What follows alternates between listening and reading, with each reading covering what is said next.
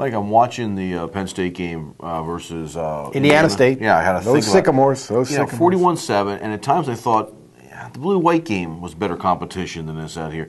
The Penn State, they're the Eagles. The Penn State took them to them right away, and then it seemed like they backed off. Maybe they're trying not to show the whole playbook to Alabama. But some thoughts of what your observations were from the first scrimmage of the year. They returned the opening kickoff for a touchdown, and I think that was almost a bad thing because okay, now we got control. And then they scored right after that, so now we're in control.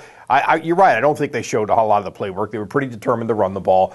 When they did throw it down the field, it didn't quite click. Even when the throws were good, I mean, it didn't quite click. Not a whole lot of competition, and it did feel quite a bit like the blue-white game. It really was. It felt more like the blue-white game this year than the blue-white game because it was the blue-white game was in horrible weather and everything. But to say that not much can be gleaned from that game, I think, is an understatement. I really wish the Alabama game was the third game of the year, that you could have maybe Temple this week and just tweak some things. I think that's a good point. I'm watching the coverage on the Big Ten Network, and it really seemed like Mason, who's a Penn State, he's a Penn State backer. Him and Joe. Glenn Mason, the former Minnesota coach. Good guy. I like him as an announcer. Mm-hmm. But as soon as McGloin came in, the first drive down, look at McGloin, how he sparked the team. He's led him to the end zone. He threw 3 screen passes on the drive. The rest of them were handoffs, and Red took him into the end zone and scored, and the running game was working. Bolden, I think, was getting an unfair shake. He had 2 receivers drop point blank, especially Moy. I mean, that was right in his hands on the replay. It was. And Brown's was a little bit harder, but Brown drops. He had 2 drops. So Bolden's numbers don't look great. 39 yards passing on whatever it was, 5 for 12. But you look at 2 drops that would have gained a lot of yards, and I don't know, you build confidence off of that, too. Well, it does seem at times like the team plays better, a little better for McGloin than it does for Bolden. But you're right, Starkey. Look at those 2 plays that were within inches of being completed and which you cannot fault the quarterback for at all. Right. And if those 2 plays are completed for touchdowns, it's a completely different discussion. It's a completely different public perception. Yeah. The whole thing is completely different. So maybe the players purposely dropped it. I don't know. Yeah, really. Interesting to me was when they brought McGloin in, I thought, okay, you've got a 14-0 lead. Run the same plays that you ran for Bolden that you ran for McGloin. And now we can see. Oh, you're really? Yeah. Well, experimental. You're using the scientific method here. Yes, I was. Yeah. Because Bolden's were more downfield. McGloin was throwing just screens, okay, and he could build his confidence.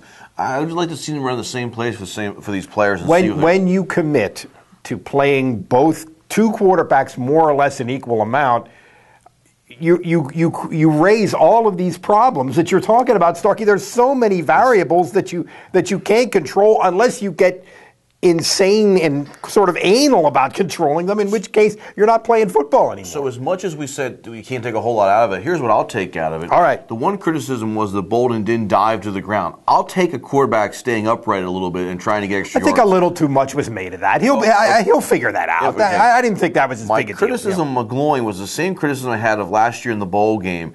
He was about to be sacked, and I really wish that lineman would have kept the ball and run it back because it would have illustrated the point that you haven't learned from last year yet. It was the same problem of him trying to force something that was really horrible. There. That was a horrible play. And when you looked at the replay of that play, here was another thing. When you looked at the replay of that play, you didn't see this in fast motion at all.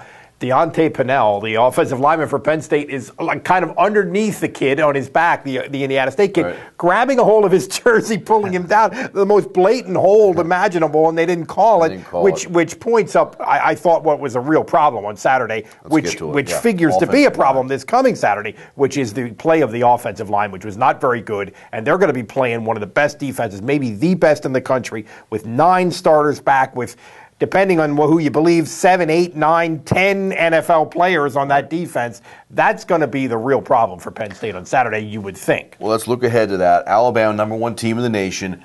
But they have some of the same problems that Penn State has. They're running 2 quarterbacks in and out and haven't decided. They may decide by Saturday. And a lot of question marks and shuffling on the offensive line. You're right. It's very similar. It's interesting. Defensively, I think they could be good. I think this could be an interesting game. Again, I really wish it was 1 week later because Penn State could iron out a couple of their problems. Running the ball, I like what Red did. We know what Richardson can do. And Richardson for Alabama didn't do anything on Saturday. It was his backup that and did. they had 5 turnovers. Yeah. Including 4 interceptions by these quarterbacks. So how will Alabama react to that? Will they go close to the vest, or are they actually mistake prone? Because Penn State's defense is pretty good. If they can get some mistakes and get some turnovers and win the turnover battle, maybe it can be interesting. I just don't see how Penn State's going to be able to score on offense. I made this point, and Dan Massey, that works in our sports department, thought this too. One of Penn State's best games last year was the loss to Alabama. I think it was too. I completely agree. They could be in this, and I think the double quarterback. I'll be a positive for a second. McGloin and Bolden actually could work if McGloin's strengths is those dink and dunks, and Bolden is the lateral move down the field. If they can get both of those guys to work that in the offense, and guys catch the ball, they could be effective, and you run that running game out there. We're trying to find a way, folks.